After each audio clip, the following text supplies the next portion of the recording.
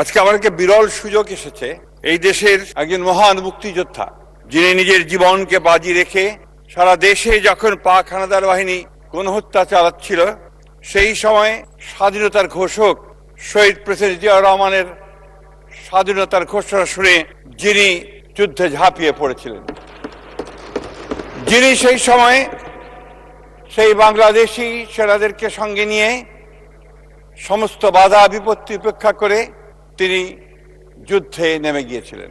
মাননীয় স্পিকার, আমি আপনাকে অভিনন্দন জানানোর সুযোগ পাইনি স্পিকার হওয়ার পরে।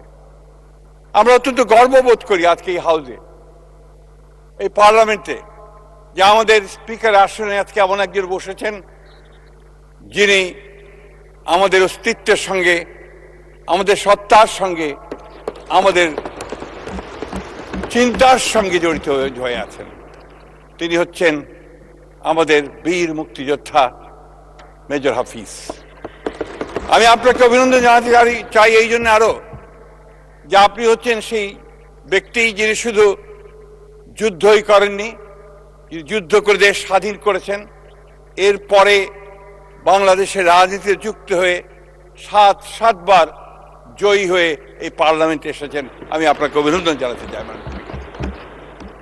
আমি আপনাকে অভিনন্দন জানাতে এই জন্যে যে এই দেশে যারা রাজনীতি নয় বা অন্য কিছুর সঙ্গে নয়, খেলাধুলার সঙ্গে জড়িত, তাদের মধ্যে আপনি একজন আইকন হয়ে আছেন। কারণ আপনি হচ্ছেন সেই ব্যক্তি যিনি পাকিস্তান আমলে ফুটবলের নেতৃত্ব দিয়েছিলেন বাংলাদেশ তৎকালীন পাকিস্তানের সেনাবাহিনীর, যিনি পরবর্তীকালে বাংলাদেশ ফুটবল বাহিনীর আপনি নেতৃত্ব দিয়েছিলেন। আপনি হচ্ছেন সেই নেতা, আপনি হচ্ছেন সেই স্পিকার যিনি আজকে এই মহান পার্লামেন্টে যখন একটা গণ অভ্যুত্থানের পরে, যখন একটা সর্বনাশের পরে এই পার্লামেন্ট যখন একটা নতুন স্বপ্ন নিয়ে এসে উপস্থিত হয়েছে, এই পার্লামেন্টে যখন আমরা যারা বয়োবৃদ্ধ, যারা আমরা নতুনকে বরণ করে যে তৈরি হয়ে এসেছি, যখন আমাদের নাহিদ সাহেবের মতো মানুষেরা, হাসনাতের মতো মানুষেরা আজকে এসছেন, যাদেরকে দেখে আমরা নতুন স্বপ্ন দেখছি, তাদেরকে আপনি নতুন পথ দেখাবেন, সেই পার্লামেন্টের স্পিকারের দায়িত্ব আপনি নিয়েছেন। আপনাকে সেই জন্য আমি অভিনন্দন জানাচ্ছি। আমি অত্যন্ত দুঃখের সঙ্গে ভারাক্রান্ত হৃদয়ে আমি স্মরণ করছি আপনার সহধর্মিণী, আমাদের অত্যন্ত শ্রদ্ধেয় শিক্ষাবিদ বেগম দিলারার কথা, দিলারা হাফিজের কথা। এই জন্য না যে তিনি আপনার সহধর্মিণী ছিলেন, এই জন্য আরো বেশি করে যে তিনি আমার সহপাঠী ছিলেন। আমরা দেখেছি যে একজন মহিয়সী মহিলা কিভাবে শিক্ষা নড়ে গেছিলেন, কিভাবে শিক্ষার আলো তিনি ছড়িয়ে গেছেন। মাননীয় স্পিকার, আমি যখন আপনার সামনে বক্তব্য দেওয়ার জন্য দাঁড়িয়েছি, আমি খুব চিন্তিত এই জন্য যে আমাদের সালাউদ্দিন সাহেব, আমাদের কালিগ, আমাদের স্বরাষ্ট্রমন্ত্রী মহোদয়, তিনি যে বক্তব্য রেখেছেন, সেই বক্তব্যের পরে বক্তব্য রাখা যে কোনো পার্লামেন্টারিয়ানের পক্ষেই খুব কঠিন ব্যাপার। তারপরেও আমি আশা করি যে আমি যেটা বলতে চাই সেটা আপনাদের সামনে আমি তুলে ধরার চেষ্টা করব। মাননীয় স্পিকার, এখানে সালাউদ্দিন সাহেব বসেছেন, তারপর আবার আমি বলেছেন, আবারও বলতে চাই যে আমাদের অভিযোগ উঠেছে আমাদের বিরুদ্ধে। বিশেষ করে আমাদের সম্মানিত বিরোধী দলের এক সদস্য বলেছেন যে আমি সংবিধানকে ধরে রাখার জন্য চেষ্টা করেছি এবং সংবিধান যেন ঠিক থাকে সেই ব্যাপারে আমি বডি ল্যাঙ্গুয়েজ দিয়ে আপনার সেটা প্রমাণ করার চেষ্টা করেছি। হ্যাঁ, করেছি মাননীয় স্পিকার, কারণ এই সংবিধান আমাদের অস্তিত্বের সঙ্গে জড়িত, এই সংবিধান আমাদের আবেগের সঙ্গে জড়িত, এই সংবিধান 1971 সালে লক্ষ লক্ষ শহীদের রক্তে সঙ্গে জড়িত। মাননীয় স্পিকার, এই সংবিধানের অনেকগুলো আর্টিকেল আছে, অনেকগুলো অধ্যায় আছে যেগুলো বারবার পরিবর্তন হয়েছে এবং এই সংবিধানকে কেটে ছেটে বলা যেতে পারে একটা ছেঁড়া পাতায় পরিণত করা হয়েছে। তারপরেও মাননীয় স্পিকার, এই সংবিধান আমাদের সংবিধান, এই সংবিধানের জন্য আমরা যুদ্ধ করেছি, লড়াই করেছি, একটা স্বাধীন বাংলাদেশের সংবিধান এটা। মাননীয় স্পিকার অত্যন্ত সত্য কথা বলেছেন সালাউদ্দিন সাহেব যে আজকে রাষ্ট্রপতির ব্যাপারে আমরা কথা বলছি। রাষ্ট্রপতি যেই হন না কেন তিনি একটা ইনস্টিটিউশন, কোনো ব্যক্তি নয়, একটা প্রতিষ্ঠান। সেই প্রতিষ্ঠানকেই আমরা রক্ষা করেছি আমাদের প্রয়োজনে। কারণ 5ই আগস্টের পরে যদি এই রাষ্ট্রপতি না থাকতেন তাহলে এই রাষ্ট্রে একটা অরাজকতা, একটা নৈরাজ্য সৃষ্টি হতো, যে নৈরাজ্যের জন্য হয়তো আমরা সেই দেশকে সেই সময়ে আমাদের জাতিকে আমরা রক্ষা করতে পারতাম কিনা সেটা সন্দেহ আছে। মাননীয় স্পিকার, মাননীয় স্পিকার, আমাদের আজকে এখানে অনেকগুলো প্রশ্ন এসছে, আমি সেই কথাগুলো কিছুটা উত্তর দিতে চাই। বিশেষ করে আমার নাম যেখানে সবখানে এসছে, আপনি জানেন, আপনিও তার একজন সাক্ষী, যে দীর্ঘ 15 বছর আমরা ফ্যাসিস্টদের বিরুদ্ধে লড়াই করেছি, সংগ্রাম করেছি। আমাদের এই ফ্যাসিস্টদের বিরুদ্ধে লড়াইয়ে আমাদের দেশনেত্রী বেগম খালেদা জিয়া বেশিরভাগ সময় কারান্তরীণ ছিলেন। আমাদের নেতা তাকে মিথ্যা মামলায় জড়িয়ে নির্বাসিত অবস্থায় তাকে বিদেশে থাকতে হয়েছে। আমাদের 60 লক্ষ মানুষের বিরুদ্ধে মিথ্যা মামলা হয়েছে। 20,000 মতো আমাদের নেতা কর্মীকে হত্যা করা হয়েছে। আমাদের ইলিয়াস আলী, পারভেজ, হিরু, এই সংসদ সদস্য সহ প্রায় 1700 নেতা কর্মীকে গুম করে দেওয়া হয়েছে মানুষের। এখনো যখন আমাদের সেই তপু, সেই ছোট্ট মেয়েটা, সে যখন ওই মায়ের ডাকে এসে দাঁড়ায় এবং সে যখন বলে যে আমি আমার বাবার সঙ্গে ঈদ করতে যেতে চাই, তখন আমাদের কারোরই পক্ষে চোখে পানি রাখা সম্ভব হয় না। মাননীয় স্পিকার, মাননীয় স্পিকার, আমি যখন দেখতাম আমার গাড়ি থেমে গেলে আমার গাড়ির পাশে সেই সময়ে আমাদের তরুণ যুবকরা এসে হাজারি হতো, বলতো যে আমি অমুকখানে ছাত্র দল করতাম, আমি ওকে যুব দল করতাম, আমি ওখান থেকে পালিয়ে চলে এসেছি, এখন এখানে আমি হকারের কাজ করছি। অনেকে রিক্সা চালাতো, অনেকে বাড়িতে সেই সময় দারোয়ানের কাজ করতো। মাননীয় স্পিকার, মাননীয় স্পিকার, আমরা দেখেছি এই মামলাগুলো যখন হতো এবং পুলিশরা যখন রেইড করত, আমাদের সেই গ্রামগুলোতে গ্রামের মানুষ, মহিলারা ছুটে বেরিয়ে ধান খেতে চলে যেত। শীতের সময়ে তারা সেই ধান খেতে আশ্রয় নিত অথবা গাছে আশ্রয় নিত। এইরকম চরম অত্যাচার, নির্যাতন আমরা দেখেছি। মাননীয় স্পিকার, আমরা দেখেছি যে আমাদের নেতা কর্মীদেরকে কারাগারে নিয়ে গিয়ে, ডিবিতে নিয়ে গিয়ে নির্মম অত্যাচার, নির্যাতন করা হয়েছে। আমরা দেখেছি যে যারা স্ট্যাটাস দিয়েছে সোশ্যাল মিডিয়াতে, কথা লিখেছে, যারা জিয়া সাইবার ফোর্স নাম দিয়ে যারা তখন লিখত, তাদের কিভাবে তুলে নিয়ে গিয়ে নির্মম অত্যাচার করে হাতের নখ, পায়ের নখ তুলে ফেলে দিয়ে তাদেরকে ছুঁড়ে ফেলে দেওয়া হয়েছে অন্ধকারের মধ্যে। আমরা দেখেছি কিভাবে এই আয়না ঘরের মধ্যে আমাদের সহকর্মী, ওনাদের ছেলে, ওনাদের ভাই, তাদেরকে নিয়ে গিয়ে গুম করে আটক করে রাখা হয়েছে। বহুদিন ধরে আমরা তাদের খবর পাইনি।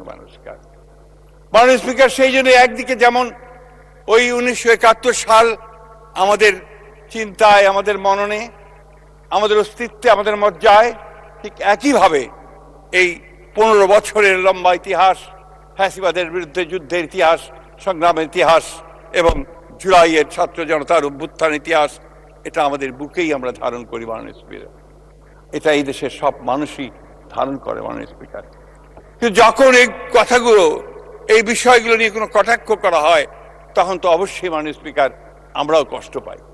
তখন আমাদের এই লাখো মানুষ যারা সংগ্রাম করেছে, লড়াই করেছে, তারাও কিন্তু মাননীয় স্পিকার একইভাবে কষ্ট পায়। আমাদের একজন বন্ধু বলেছেন যে 1900 সালটা হচ্ছে আপনি আসার আগে, অর্থাৎ আপনার লন্ডনে যে সভা হলো, যে ঐতিহাসিক বৈঠক আমাদের চেয়ারম্যান এবং তৎকালীন প্রধান উপদেষ্টার সঙ্গে, সেই বৈঠক সম্পর্কে তারা বিদ্রুপ করে, কটাক্ষ করে বলেছেন সেখানে নাকি আপনার কি একটা ষড়যন্ত্র চক্রান্ত হয়েছে, যার ফলে আজকে বিএনপি এই পার্লামেন্টে মেজরিটি নিয়ে বসে আছে। অত্যন্ত দুঃখজনক। আমি তীব্র নিন্দা জানাই মাননীয় স্পিকার। এই ধরনের কথা কখনোই গ্রহণযোগ্য হতে পারে না। ওই লন্ডন বৈঠক হয়েছিল বলেই মাননীয় স্পিকার আজকে আমরা এখানে সবাই, কারণ ওই লন্ডন বৈঠকেই নির্বাচনের তারিখ ঠিক হয়েছিল। ওই লন্ডনের বৈঠকেই প্রধান উপদেষ্টা রাজি হয়েছিলেন যে দ্রুত ফেব্রুয়ারির মধ্যে তিনি নির্বাচন দেবেন। এটাই হচ্ছে বাস্তবতা মাননীয় স্পিকার, এটাও আমাদেরকে সকলকে স্বীকার করে নিতে হবে। মাননীয় স্পিকার, আমি বয়স্ক মানুষ, আমরা 80-র দশকের 70 দশকের মানুষ। 70 দশক আমরা দেখেছি, আমরা দীর্ঘ সংগ্রাম করেছি, লড়াই করেছি বাংলাদেশের স্বাধিকারের জন্য। আমরা সংগ্রাম করেছি বা তৎকালীন পূর্ব পাকিস্তানের বিরুদ্ধে সত্যিকার অর্থে একটা স্বাধীন বাংলাদেশ নির্মাণ করবার জন্য। এটা আমরা করেছি।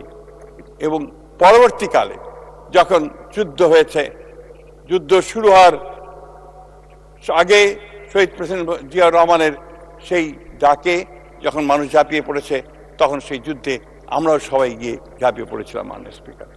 মাননীয় স্পিকার, সেই 71কে নিয়ে যদি কেউ কটাক্ষ করে, সেই 71কে কেউ যদি খাটো করার চেষ্টা করে, তখন সেটা আমাদের পক্ষে মেনে নেওয়া খুব কঠিন হয় মাননীয় স্পিকার।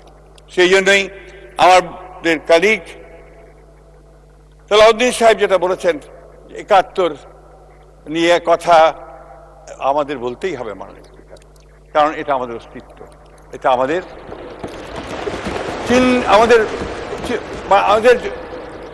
আইডেন্টিফিকেশন, এটা আমাদের আইডেন্টিটি।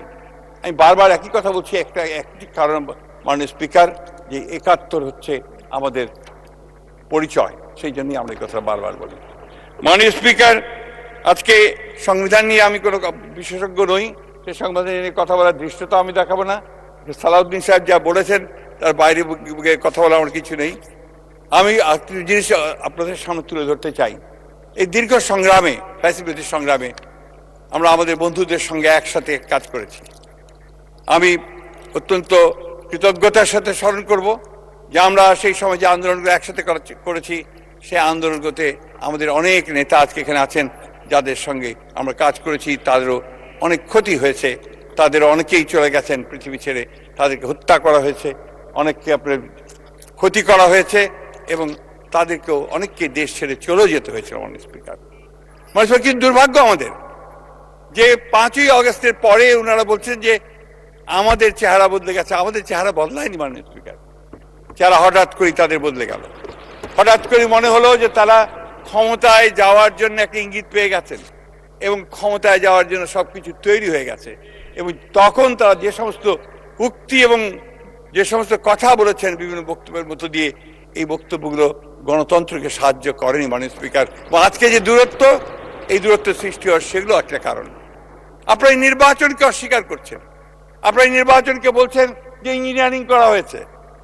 এটা কেউই মেনে নেবে না মাননীয় স্পিকার, মেনে নেয়নি, এই দেশের মানুষ এটা মেনে নেবে না। মাননীয় স্পিকার, আমি একটা কথা বলতে চাই যে আমরা কিন্তু সবসময় স্বপ্ন দেখেছি, আমাদের দলের প্রতিষ্ঠাতা শহীদ প্রেসিডেন্ট জিয়া রহমান যে স্বপ্ন দেখতেন, সেই স্বপ্ন, অর্থাৎ বাংলাদেশকে একটা সুখী সমৃদ্ধ বাংলাদেশ হিসেবে গড়ে তোলবার।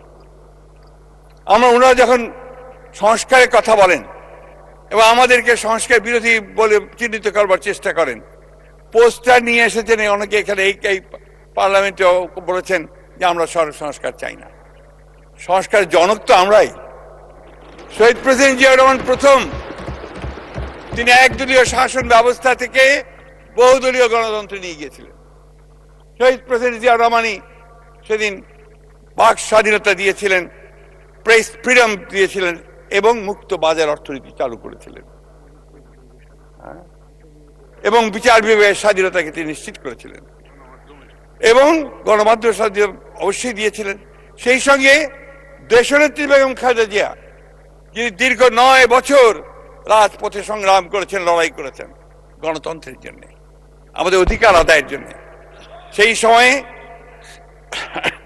আমাদের বিএনপি সংগঠিত হয়েছে, অন্যান্য রাজনৈতিক দলগুলো সংগঠিত হয়েছে, কিন্তু নেতৃত্ব দিয়েছেন সেই মহিষী মহিলা, যিনি 1971 সালেও যখন তার প্রিয়তম স্বামী তাদেরকে রেখে এই আমার পাশে বসে আছেন আমার নেতা, তখন তিনি শিশু, তার ছোট ভাই, তাদেরকে রেখে তিনি যখন যুদ্ধে চলে গেছেন স্বাধীনতার ঘোষণা করে, তখন তাদেরকে নিয়ে তিনি সেই সময় 2 হাত ধরে তিনি সামনে এগিয়ে গেছেন।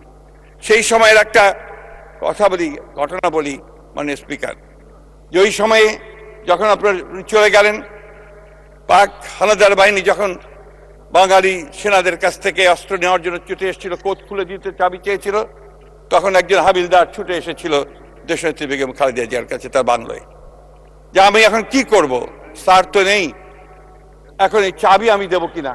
তিনি বলেছিলেন, তোমাদের স্যার না আসা পর্যন্ত তুমি এই চাবি কখনই হস্তান্তর করবে না। এবং তখনই সেদিন থেকেই তিনি কিন্তু মাননীয় স্পিকার, আমি তাকে সবসময় বলি যে তিনি ছিলেন প্রথম নারী মুক্তিযোদ্ধা, আর সেই কারণে তিনি সেই নারী মুক্তিযোদ্ধা। এবং পরবর্তীকালে এই দুই শিশুর হাত ধরে তিনি বোরখা পরে স্টিমারে করে তিনি ঢাকাতে এসেছিলেন। তার কিছুদিন পরে তিনি গ্রেফতার হয়ে গিয়েছিলেন। তাকে 16ই ডিসেম্বর পর্যন্ত এই সেনানিবাসে আটক করে রাখা হয়েছিল। মাননীয় স্পিকার, সারাটা জীবন এই মহিলার সংগ্রাম করতে করতে গেছে মানুষ। মাননীয় স্পিকার, যে 3.5 বছর 4 বছর শহীদ প্রেসিডেন্ট জিয়া রহমান রাষ্ট্রপতি ছিলেন, সেই কয়েকটা বছর হয়তো একটু শান্তিতে ছিলেন, তারপর তাকে নির্মমভাবে হত্যা করার পর আবার সেই দেশনেত্রী বেগম খালেদা জিয়াকেই সেই পতাকা তুলে ধরতে হয়েছে। পতাকাটা কিসের? পতাকা হচ্ছে স্বাধীনতার, পতাকা হচ্ছে গণতন্ত্রের, পতাকা হচ্ছে বাংলাদেশের সার্বভৌমত্বের পতাকা। সেই পতাকা তিনি ধরে দেবেন। মাননীয় স্পিকার কোনোদিন আপোষ করেননি এবং গণতন্ত্রের প্রশ্নে তার যে সংগ্রাম, সেই সংগ্রাম আমার মনে হয় যে এশিয়া উপমহাদেশে খুব কম মানুষেরই নেতারই এই সংগ্রামের সেই ইতিহাস আছে। আপনারা নিশ্চয়ই লক্ষ্য করেছেন যে দেশীয় নেত্রীকে যখন মিথ্যা মামলায় তাকে সাজা দিয়ে কারাগারে পাঠানো হচ্ছিল, তার কয়েকদিন আগেই কিন্তু তিনি লন্ডন থেকে এসেছেন। আপনার মনে আছে নিশ্চয়ই, মাননীয় দল সংসদ নেতা ইচ্ছা করলে যদি লন্ডনে থেকে যেতে পারতেন। তিনি জানতেন যে দেশে ফিরে গেলে তাকে কারাগারে যেতে হবে, তারপরেও তিনি এই দেশে ফিরে এসেছেন। কারণ বারবার তিনি কথা বলেছেন যে এই দেশেই আমার জন্ম, এই দেশেই আমার মরণ, আর এই দেশ ছেড়ে আমি কোথাও যাব না। যে মানুষটি সুস্থ স্বাভাবিক অবস্থায় হেঁটে গেলেন, মাননীয় স্পিকার, গিয়ে কারাগারে গেলেন, সেই মানুষটি হুইল চেয়ারে করে হাসপাতালে ফেরত আসলেন 2 বছর পর। সেই মানুষটিকে আবার অসুস্থ অবস্থায় আটক করে রাখা হলো তার গৃহে বাকি 2 বছর। আমরা বারবার চেষ্টা করেছি, আমাদের উকিল সাহেবরা চেষ্টা করেছেন জামিনে তাকে মুক্ত করার জন্য। আমরা বারবার চেষ্টা করেছি বিভিন্নভাবে যে দেশনেত্রীকে কিভাবে চিকিৎসার জন্য বাইরে পাঠানো যায়। সেই ফ্যাসিস্ট হাসিনা সেটাও আমাদেরকে করতে দেননি। মাননীয় স্পিকার, আমি এই জন্য কথাগুলো বারবার করে মনে করে দিতে চাই যে অনেকে খাটো করে দেখেন বিএনপির অবদানকে, অনেকে খাটো করে দেখেন বিএনপির নেতৃত্বকে, অনেকে খাটো করে দেখেন জিয়া পরিবারকে, অথচ এই পরিবারের যে অবদান এই দেশে গণতন্ত্রকে প্রতিষ্ঠা করবার জন্য, এই দেশের স্বাধীনতা রক্ষা করবার জন্য, সার্বভৌমত্ব রক্ষা করার জন্য, এটা আর কারো আছে বলে আমার জানা নাই। মাননীয় স্পিকার, আমরা একটা কঠিন সময় অতিক্রম করছি। আমরা অনেক ত্যাগ তিতিক্ষার বিনিময়ে, অনেক রক্তপাতের মধ্য দিয়ে আমাদের ছোট ভাই, আমাদের ছেলে আবু সাইদ, ওয়াসিম এবং আরো শত শত ছাত্রের রক্তের বিনিময়ে, আমাদের শ্রমিক কৃষক মজুরদের রক্তের বিনিময়ে, আমাদের ভোলার শাওন, নারায়ণগঞ্জের সমিত, মুন্সিগঞ্জের শাওন, আমাদের এই সমস্ত নেতাকর্মী, সমস্ত নেতাকর্মীদের রক্তের উপরে আমরা আজকে আন্দোলনের পরে, এই নির্বাচনের পরে এই সংসদে দাঁড়িয়ে আছি। মাননীয় স্পিকার, সমগ্র দেশের মানুষ আমাদের দিকে তাকিয়ে আছে, সমগ্র দেশের মানুষ এই নেতার দিকে তাকিয়ে আছে, যিনি বাংলাদেশে এসে প্রথম যে কথাটা সকলের সামনে বলেছিলেন, আই হ্যাভ এ প্ল্যান, আমার একটা পরিকল্পনা আছে। সেই পরিকল্পনা হচ্ছে দেশকে গড়ে তোলবার পরিকল্পনা, সেই পরিকল্পনা হচ্ছে দারিদ্র্য থেকে মুক্ত হওয়ার পরিকল্পনা, সেই পরিকল্পনা হচ্ছে শিক্ষার পরিকল্পনা, সেই পরিকল্পনা হচ্ছে সকলকে স্বাস্থ্য সেবা দেওয়ার পরিকল্পনা। আজকে সেই কাজগুলো তিনি শুরু করেছেন। মাননীয় স্পিকার, এগুলো নিয়েও অনেকে কটাক্ষ করে, প্রশ্ন তোলে যে এত টাকা পাবে কোথায়। আপনারা তো দেখছেন কাজ শুরু হয়ে গেছে, এবং উনি বর্ণনাও করেছেন কিভাবে টাকা আসবে, কোত্থেকে যাবে। আজকে ফ্যামিলি কার্ড দেওয়া শুরু হয়েছে, অর্থাৎ নারীকে ক্ষমতায়িত করবার কাজ শুরু হয়েছে। আজকে কৃষকদেরকে কৃষি কার্ড দেওয়া হচ্ছে, তার যে সমস্যাগুলো সেই সমাধান করার চেষ্টা করা হচ্ছে, এবং প্রতিদিন 24 ঘন্টার মধ্যে 18 ঘন্টা তিনি কাজ করছেন এই জাতিকে কি করে সামনের দিকে এগিয়ে নিয়ে যাবেন। মাননীয় স্পিকার, এটা তার রক্তের মধ্যে আছে, এটা তার জিনের মধ্যে আছে। কারণ শহীদ প্রেসিডেন্ট জিয়াউর রহমান তিনি যখন শাহাদাত বরণ করেন 1981 সালে, তখন তারপরে আমাদের বন্ধু, আমাদের ছোট ভাইয়ের মতোই তার বইতে তিনি লিখেছেন যে উইলিয়াম বি মাইলাম, তৎকালীন মার্কিন অ্যাম্বাসেডর, রাষ্ট্রদূত, তিনি লিখেছেন শহীদ প্রেসিডেন্ট জিয়াউর রহমান যদি 1981 সালে শহীদ না হয়ে 1975 সালে শহীদ হতেন বা মারা যেতেন, তাহলে বাংলাদেশ একটা ব্যর্থ রাষ্ট্রে পরিণত হতো। হয়তো বা এটা লাইবেরিয়া বা আফগানিস্তানের মতো একটা রাষ্ট্রে পরিণত হতো। দেশনেত্রী বেগম খালেদা জিয়া তিনি যখন হাল ধরেছিলেন এই দেশের, আপনাদের নিশ্চয়ই সকলে মনে থাকার কথা যে তার প্রতিটি টার্মে তিনি অর্থনীতিকে এগিয়ে নিয়ে গেছেন। এখানে আমাদের অর্থমন্ত্রী আছেন, তিনি সাক্ষী, তিনি বলতে পারবেন যে প্রতিবার জিডিপি বেড়েছে, অর্থনৈতিক কর্মকাণ্ড বেড়েছে, এবং সব শেষে গোল্ডেন ব্যাকট্র্যাক বলা হয়েছিল ইমার্জিং টাইগার। বাংলাদেশ হচ্ছে একটি উদীয়মান ব্যাঘ্র। সেই পিতা শহীদ প্রেসিডেন্ট জিয়াউর রহমান, যিনি মাত্র 3.5 বছরে তলাবিহীন ঝুড়ি থেকে বাংলাদেশকে একটা পটেনশিয়াল একটা রাষ্ট্র বলছি পটেনশিয়াল রাষ্ট্রতে নিয়ে যাওয়ার চেষ্টা করেছিলেন। সেই হচ্ছে শহীদ জিয়া, যিনি দুর্ভিক্ষ হয়েছিল 1974 সালে আওয়ামী লীগের কারণে। সেই দুর্ভিক্ষের পরে দেশকে খাদ্যে স্বয়ংসম্পূর্ণ করে ফেলেছিলেন। এবং উনি সেই শহীদ জিয়া যিনি উচ্চ ফলনশীল বীজ শুরু করেছিলেন এবং খাল খনন কর্মসূচির মধ্য দিয়ে কৃষিকে সামনের দিকে এগিয়ে নিয়েছিলেন, কৃষি বিপ্লব সূচনা করেছিলেন। তিনি মাঠে ঘাটে চারণ কবির মতো ঘুরে বেড়াতেন। মাননীয় স্পিকার, তার কণ্ঠে ছিল শুধু একটি গান, একটি সঙ্গীত, উন্নয়নের সঙ্গীত, এগিয়ে যাওয়ার সঙ্গীত।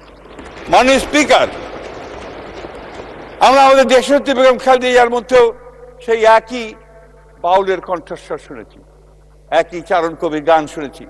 তিনি একইভাবে গণতন্ত্রের গান গেয়েছেন।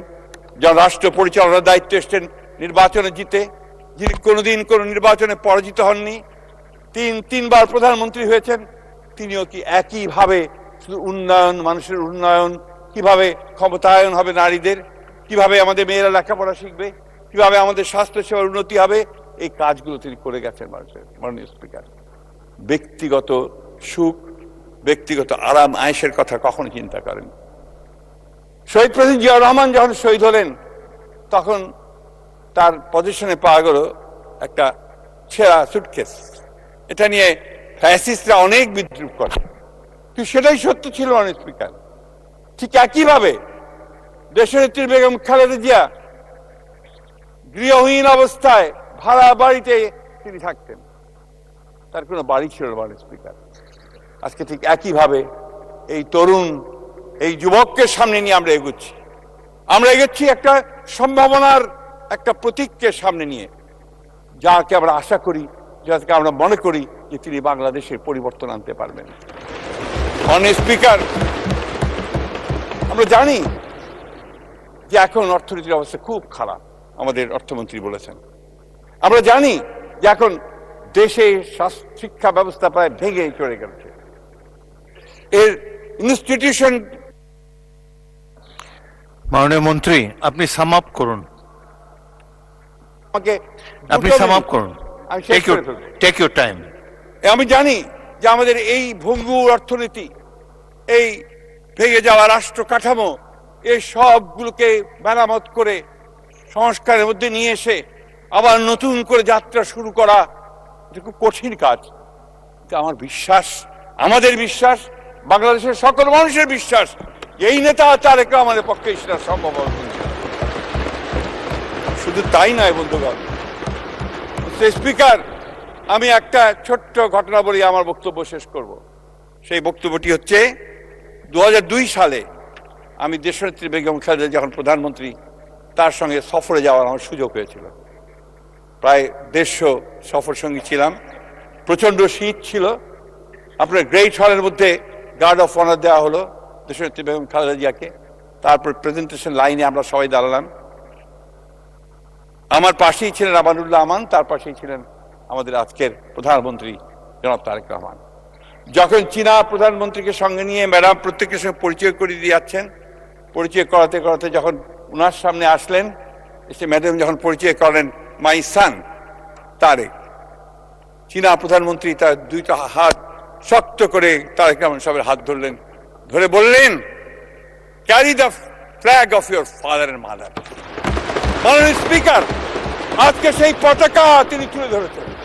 সেই পতাকা হচ্ছে স্বাধীনতার পতাকা, সেই পতাকা হচ্ছে সার্বভৌমত্বের পতাকা, সেই পতাকা হচ্ছে গণতন্ত্রের পতাকা, উন্নয়নের পতাকা। মাননীয় স্পিকার,